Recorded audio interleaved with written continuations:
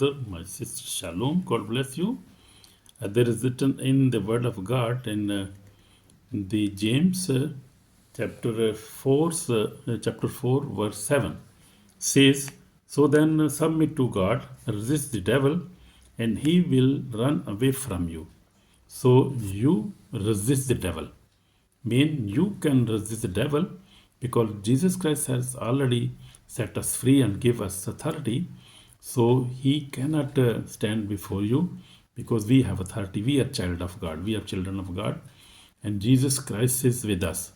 So always resist the devil, resist the any kind of temptation, evil temptation, and pray to God and love Him and resist the devil, and he will flee from you.